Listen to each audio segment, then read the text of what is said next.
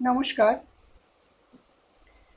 আমরা প্রায়শই একটা নতুন সমস্যায় ভুগি এই যুগে, এই কালে, যেটা হচ্ছে সাংসারিক রিলেশনশিপ, হাজব্যান্ড ওয়াইফ বা বয়ফ্রেন্ড গার্লফ্রেন্ড, এদের মধ্যে একটা আমি আমি আমি নিয়ে খুব চলে, যেটা আমাদের মা ঠাকুমাদের সময় ছিল না।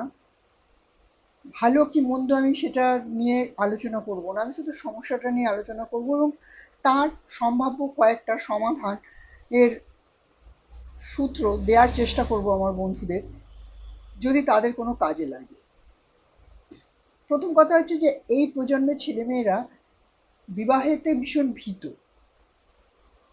এবং একটা সার্টেন ছেলে মেয়ে যারা লিভ টুগেদার করতে পছন্দ করছে, কেননা তারা দায়িত্ব নিতে ভয় পাচ্ছে দুপক্ষই, সেটা ছেলেই হোক বা মেয়েই হোক, দুজনের মধ্যেই এই একটা অনিশ্চয়তা বোধ। যদি আমরা না কন্টিনিউ করতে পারি, যদি আমাদের না মিলমিশ হয়, যদি আমাদের মতের মিল না হয়, এবং যেহেতু একটু বেশি এজেই এখন, কেউ তো আর 19-20 বছরের এখন আর মেয়েদের বিয়ে হয় না, বা কোনো ছেলেও 22 বছরে বিয়ে করে না, সাধারণত আমি বলছি, দু চার যেটা হয় একটু গ্রামের দিকে সেটার কথা বলছি না,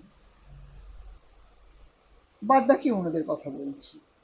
তো তারা, আমি ইদানিংকালে দেখি এই ভয়টা তাদের মধ্যে ভীষণভাবে দৃঢ়ভাবে চেপে বসে থাকে।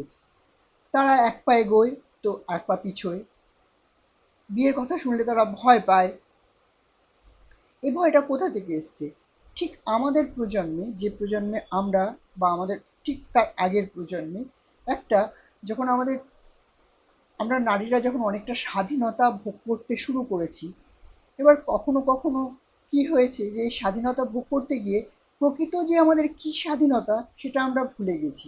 এবার মা বা ঠাকুমা এদেরকে যেরকম দেখেছি, কিছু কিছু সেটা প্রতিফলন আমাদের মধ্যেও পাওয়া যায়। এবার আমরা যে সময়টায় জন্মেছি সেই সময়তে থেকে বলতে পারেন যে নারী সমাজ অনেক অনেক স্বাধীনতা পেয়েছে। যেমন আমি নিজেই যে সময় জন্মেছি সেই সময় আমার জীবনে অনেক স্বাধীনতা, এবং আমার অনেক কিছু, আমার বয়সী মহিলারা অনেকেই অনেক ডিসিশন নেয়ার ক্ষমতা তাদেরকে দেয়া হয়েছে, বা তারা পেয়েছে, বা তারা নিতে পেরেছে। কেননা অনেকগুলো যুগ যুগ ধরে মেয়েদের তো একটু দাবিয়ে রাখাই হতো সেই থেকে। কিন্তু একটা এর থেকে সমস্যার সৃষ্টি হয়েছে যে আহ, কোনো কোনো জায়গায়, কোনো কোনো পরিবারে সঠিকভাবে এই স্বাধীনতাটাকে তাদের বাচ্চারাদের কাছে পরিচালিত করা যাচ্ছে না। কেন যাচ্ছে না? কেননা তারা বুঝতে পারছে না যে কতটা স্বাধীন হলে সংসারটা সুস্থ থাকবে, কতটা পরাধীনতা আমি বলবো না, কতটা অ্যাডজাস্ট করলে আহ, সংসারের যে নৌকাটা সেটা সুন্দর করে বওয়া যাইবে। এবার আমরা যদি আমাদের বাচ্চাদের বা নিজেদের জীবনেও, হ্যাঁ, আমরা দুটো মানুষ একটা সংসার করি, হ্যাঁ, একটা নৌকোয় দুজনকেই লাগবে, দুজনেই বৈঠা বাইলে যত তত্তর করে সুন্দরভাবে নৌকাটা এগোতে পারে, সেই নৌকাটা যদি কেউ একা, দেখুন জীবনে তো কিছু ঝড়ঝঞ্ঝা থাকবেই, তাতে যদি কেউ একা ক্রমাগত বইতে থাকে তাহলে সে হাঁপিয়ে পড়বে। তো আমরা পার্টনারদের যদি একটু সাহায্য করি, এবং সেই সাহায্যটা দেখা যাবে যে আমাদের সন্তানাদি যারা আছে, ছেলে বা মেয়ে, তারাও বুঝবে যে মা আর বাবা দুজন দুজনে এই সংসারের নৌকা পার করার জন্য কত রকম অ্যাডজাস্ট করে। ওটা অ্যাডজাস্ট করাটা, যেটা আমরা অ্যাডজাস্ট করছি, সেটা যদি মন থেকে মেনে মানিয়ে অ্যাডজাস্ট করি, তাহলে তাদের কাছে মেসেজটা একরকম যায়। আর যদি এরকম হয় যে ভাল লাগছে না, আমি পাচ্ছি না, আমাকে জোর করে করানো হচ্ছে এই কাজগুলো, তাহলে তাদের কাছে মেসেজটা যায় বিয়েটা একটা কষ্টকর ব্যাপার, যেখানে মা বা বাবা কেউ একজন, মার দ্বারা হোক বা বাবার দ্বারা হোক, ভীষণভাবে লাঞ্ছিত হচ্ছে। আমাদের ঠিক আগের যারা ছিল, আমাদের মা ঠাকুমাদের কথা বলছি, ঠাকুমার কথা বলছি না, আমাদের মায়েদের সময়টার কথা বলছি, সময় ভাগ করে করে বললে সুবিধা হবে। সেই সময় আমাদের মা ঠাকুমারা, বাবারা, বাবা বা জ্যাঠা যারা আছে আমাদের পিতৃস্থানীয়, তাদের সাথে কোনো, মানে তাদের মতামত যেহেতু সেইভাবে গ্রাহ্য হতো না, সংসারের পুরুষ মানুষ যে তার পুরো কথাই গ্রাহ্য হতো, সেখানে দেখা গেছে যে কিছু কিছু পরিবারের মহিলারা তাদের সন্তানদের কাছে হয়তো বাবার বাবার কথাই আর কি, আর পারা যায় না, তোর বাবা পুরো জ্বালিয়ে মেরেছে আমাকে, হয়তো উনি ওইভাবে বলতে চাননি, কিন্তু যেহেতু ওনার ভেতরের জ্বালাটা ছেলে মেয়ের মধ্যে পার্শ্ব হয়েছে, এবং পরবর্তীকালে দেখা গেছে সেই সব মা বাবার যে সন্তানরা, তারা কিন্তু রিলেশনশিপের প্রবলেমে ভুগছে, ভুগবে, কিছু করার নেই। ছোট ছোট বাচ্চা তো, তাদের কচি কচি মাথা, সেই মাথায় ঢুকে গেছে যে মার খুব কষ্ট, বাবা সব সময় মাকে কষ্ট দিচ্ছে, বাবা সঠিকভাবে ট্রিট করছে না, বা উল্টোটা, মা বাবাকে খ্যাচখ্যাচ করছে, বাবা এত ভালো, বাবা এত পরিবারের প্রতি ডেডিকেটেড, কিন্তু বাবাকে সঠিকভাবে মা দেখছে না। তো কি হয়, যে রিলেশনশিপের ইয়েটা, বা ধরুন কোনো পুরুষ মানুষ এত বেশি তার বউকে শাসন করছে, যা তার ছেলে বাচ্চাটি ভাবছে যে ওইটাই স্বাভাবিক, যে আমি আমার ওয়াইফকে আমি এইভাবেই শাসন করে টাইট রাখবো।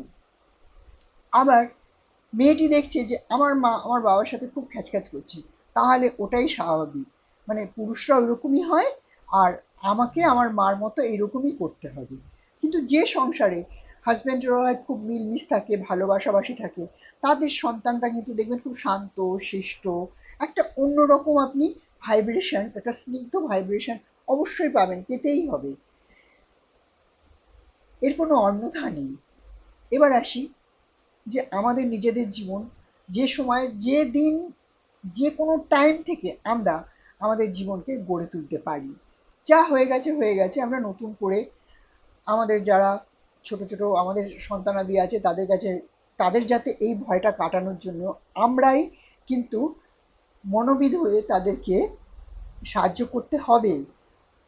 তার কারণ হচ্ছে পরবর্তী জেনারেশনকে সুখে শান্তিতে রাখতে গেলে আমাদেরকে সেই ভূমিকাটা পালন করতে হবে। আমার বয়সী মারা যারা আছেন তাদেরকে বলছি, বা আমার বয়সী যারা বাবা আছেন তাদেরকে বলছি, বিয়ে করা, সংসার করা, এবং সংসার যে সুস্থভাবে চালনা করা যায় তার জন্য তাদেরকে উদ্বুদ্ধ করা, এবং সংসারে ছোটোখাটো যা ঝঞ্ঝাট আসবে বা বড় যাই আসুক, দুজনে মিলেই পার করতে হবে। এবং দুটো মানুষ আমরা আলাদা, আমাদের দুটো মানুষের মতামত আলাদা, আমরা আলাদা পরিবারে বড় হয়েছি, তো আমাদের কিছু মতামত আলাদা থাকতেই পারে, কিন্তু সেইটা আমাদের সাংসারিক লাইফে কোনোভাবেই তার প্রভাব আমরা ফেলি না বা ফেলবো না, এই বিশ্বাসটা ছেলেমেয়ের মনে ঢোকাতেই হবে। আদারওয়াইজ পরবর্তী জেনারেশন কিন্তু সাংসারিক সংসার করার ক্ষেত্রে বা পরবর্তীকালে তারা একা কাটানোর কথা চিন্তা করবে। তো আমাদের দায়িত্ব অনেক। হয়তো ভিডিওটা একটু বড় হয়ে যাচ্ছে, কিন্তু এটা একটা আমাদের সামাজিক সমস্যা, যে সমস্যাকে দূর করার জন্য আমাদেরকেই হাত লাগাতে হবে। আর তার সাথে সাথে প্রত্যেকটা ছেলে মেয়েকে নিয়মানুবর্তিতা এবং তার পার্টনারের প্রত্যেকটা স্বভাবকে রেসপেক্ট করা, এইগুলো আমাদেরকে শেখাতে হবে। এবং অবশ্যই যদি তার সাথে কোনো খারাপ কোনো আচরণ কেউ করে, তার যথাযোগ্য জবাব তো অবশ্যই দিতে হবে। এরকম না যে এরকম শেখাবো যে মাথা নত করে সে, তার প্রতি কেউ খারাপ আচরণ করছে তাও সে মেনে যাচ্ছে, সেটাও যেরকম নয়। আবার তার উগ্রতাটাও যে সংসারে চলবে না, সেটাও তাকে একটা মার্জিত ব্যালেন্স করে যে চলতে হবে, সেটা কিন্তু আমাদের মা বা বাবাদেরই কাজ। সেটা শেখাতে হবে। তারা হয়তো শিখতে চাইবে না, বুঝতে চাইবে না, তারা হয়তো অনেক রকম কথা বলার চেষ্টা করবে, সেগুলোও মন দিয়ে শুনতে হবে তারা কি বলতে চাইছে, কেননা তাদের থেকেও আমাদের কিছু শেখার অবশ্যই আছে। সর্বোপরি একটা কথা বলি, যে আমাদের সন্তানরা যদি সুখে থাকে, ভালো থাকে, তাহলে আলটিমেট আমাদের জীবনও কিন্তু একটা অদ্ভুত স্বস্তি এবং সুখের বীজ আমরা আমরাই বপন করেছি, এবং সেই সুখের বীজ এর যে ফল, মানে ওদের জীবন সুখে আছে এবং তাতেও আমরা সুখী ফিল করছি, এটা কিন্তু আমাদের অত্যন্ত দায়িত্ব এবং কর্তব্যের মধ্যে পড়ছে। আগামী দিনে আমাদের যে জেনারেশন আছে তাদেরকে যাতে তারা সাংসারিক জীবনে সঠিকভাবে চলতে পারে তার জন্য সঠিকভাবে গাইড করা, কোনো ভুলভালভাবে গাইড করা না, বা নিজের কোনো বিটার এক্সপিরিয়েন্স যেটাতে হার্ট হয়েছেন সেরকম কোনো গল্প তার সাথে না করা, যদি করেও ফেলেন কখনো সেটাকে রেকটিফাই করা, যে তখন আমি রাগে এটা বলেছিলাম ঠিকই, কিন্তু আমি পরে অনুভব করেছি যে এটা এইরকম। ভালো থাকবেন, সন্তান সুখে থাকলে মা বাবাও সুখী থাকে, এটাই হচ্ছে শেষ কথা। আজকে এখানেই শেষ করছি, আবার আসবো।